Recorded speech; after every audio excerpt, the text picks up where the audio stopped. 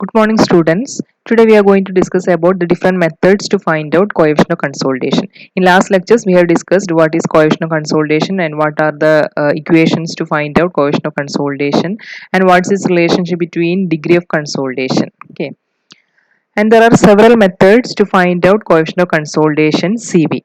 Okay, and the curve between dial gauge reading and time t obtained in the laboratory by testing the soil sample is similar in shape to the theoretical curve between u and tv obtained from the consolidation theory. So this principle is used for determining the coefficient of consolidation.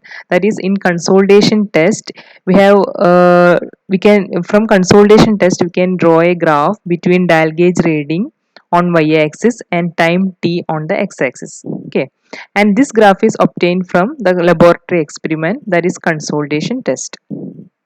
Okay, and this curve is similar, or the shape of this curve is similar to the theoretical curve between u and tv. Okay, in the last slide we have discussed what is the relationship between u and tv, that is degree of consolidation, and tv time factor. Okay, so there is a relationship between u and tv, and from this relationship there is a table showing the variation of tv with respect to u.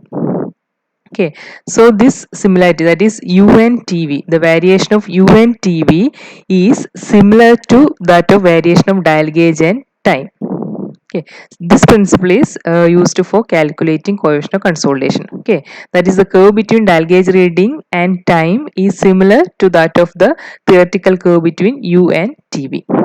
Okay, so there are mainly two methods used to find out coefficient of consolidation, and they are logarithm of time method, which is developed by Casagrande, and square root of time method, which is developed by Taylor. Okay, first we can discuss about square root of time method, and this method is devised by Taylor, and it utilizes the theoretical relationship between u and root tv. Okay, theoretical relationship between u and square root of tv is similar to that of dial gauge reading and time variation. Okay, that is the main principle. Also, the relationship between u and tv is linear up to value of 60%. That is, for u less than 60% we have obtained the value of tv as pi by 4 u square, that I have explained the last lecture. Okay, so up to u 60% the relationship is linear. Also, there is one more determination, that is at u is equal to 90 percentage. When u is equal to 90%, that is degree of consolidation is 90 percentage, the value of root tv is 1.15 times the value obtained by the extension of the initial straight line portion. This is the principle behind this square root of time method. That is, at u is equal to 90 percentage, the value of root tv is 1.15 times the value obtained by the extension of initial straight line portion. That is, this the principle. That is, this is the variation of u and root tv. Okay, and at 90%, when u is equal to 90 percentage, the variation is value of root tv is 1.15 times the value obtained by extension of initial straight line portion, that is this small portion bc, or ca divided by ca. This is ca, this long length ca divided by ba, this ratio will be 1.15. Okay, this abscissa will be 1.1. I will explain later, and this is the principle. Okay, okay. So we can discuss the method. For that, the sample of the soil whose coefficient of consolidation is required is tested, as explained in the procedure of consolidation test. Okay, and for a given load increment, the dial gauge reading are taken for different time intervals. Dial gauge reading for different time intervals, and a curve is plotted between dial gauge reading R on y-axis or as ordinate and root T as abscissa. Okay, a graph is plotted between dial gauge reading and root T. This curve is actual curve from consolidation test for dial gauge and root T is a b c d. This is the original curve which is the result of consolidation test. Okay, clear? That is, this is the curve between dial gauge reading and root T. Okay, the curve begin at the dial gauge reading R0. This curve begin at the dial gauge reading of R0 or R0 for a time T naught. Corresponding time for the dial gauge reading R naught, time will be T naught, and this is indicated by the point A. Okay, this is the beginning of the curve A. Okay, as the load is applied, there is an initial compression, and it will be obtained by producing when load is applied, there will be an initial compression, and it is known as initial compression or initial settlement.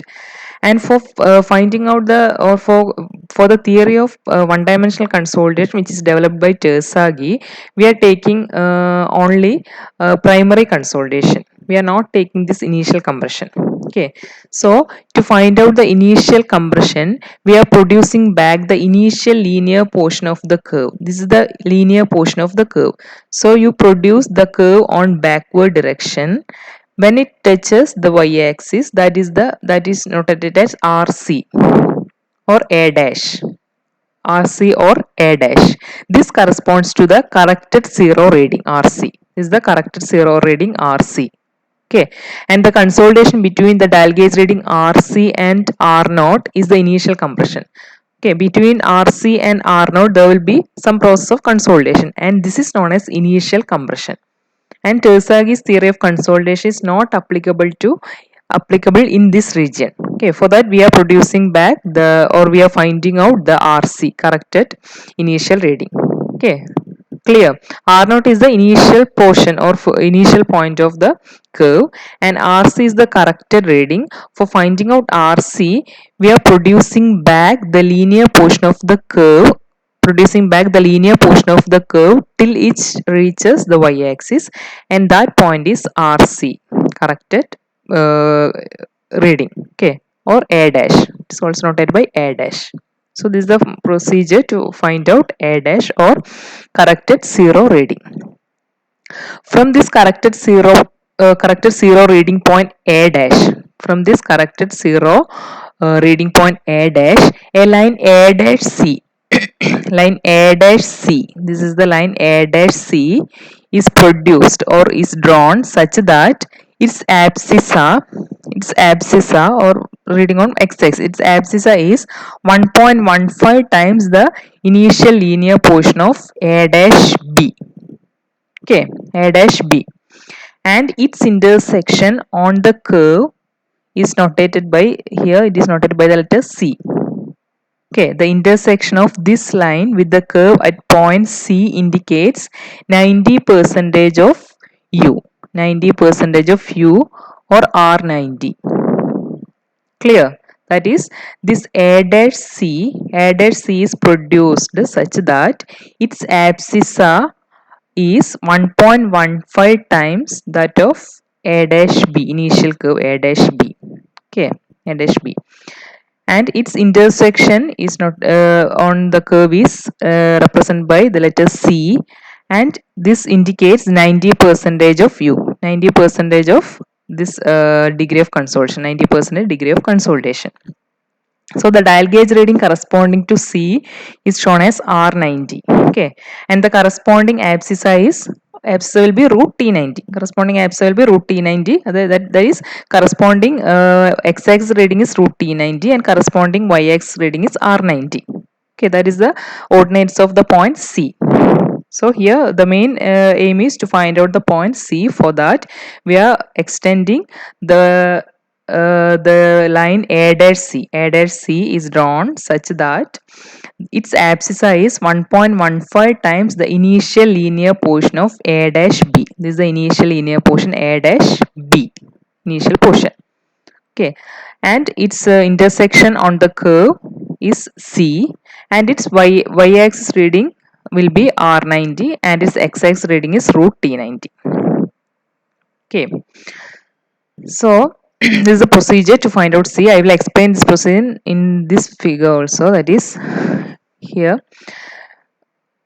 This is the initial curve and this is the corrected zero reading. A is the corrected zero reading. Okay, draw a line AC, this is the line AC, such that OC. This OC will be is equal to 1.5 times OB. Like that, we are drawing the line AC. Okay, that is initial portion is this line, initial curve. This initial curve is AB. Okay, so we are producing back AC such that OC is abscissa. OC is 1.15 times the abscissa of the initial portion. That is OC is equal to 1.15 times OB. And the time value for point D. Point D is the square of time factor. This time value for this D is root T90. Okay.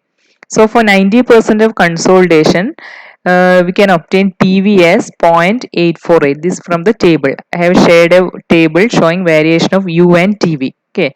So from this table, for U is equal to 90%, TV is equal to 0.848. So you can substitute this value, that is T90 at 90% consolidation means T90 is equal to 0.848. For U is equal to 90, TV is equal to 0.848. So we can substitute 0.848 is equal to equation CV T divided by H square. So here T will be T90. So CV is equal to, our aim is to find out CV, coefficient of consolidation. CV is equal to 0.848 H square divided by T90. Okay, so by substituting we can obtain T90 from this graph. That is, here we can obtain root T90. So from this we can calculate what is T90. And H is the height of drainage path that will be obtained. So from this we can calculate CV, coefficient of consolidation. This is the square root of time method to find out coefficient of consolidation. Okay. So these are the graphs. I will explain one more time. For that, initially we are finding out the corrected zero reading. Okay, corrected zero reading RC or A dash. This figure is in your textbook, so I am explaining this figure. Okay, from you, this figure is from Aurora textbook. Okay, so you just go through the textbook, page number 278. So I am explaining this figure only because it is in your textbook. So first you have to find out in a corrected zero reading RC. For that we are producing back the initial linear portion and its intersection on the y-axis RC or the point A dash.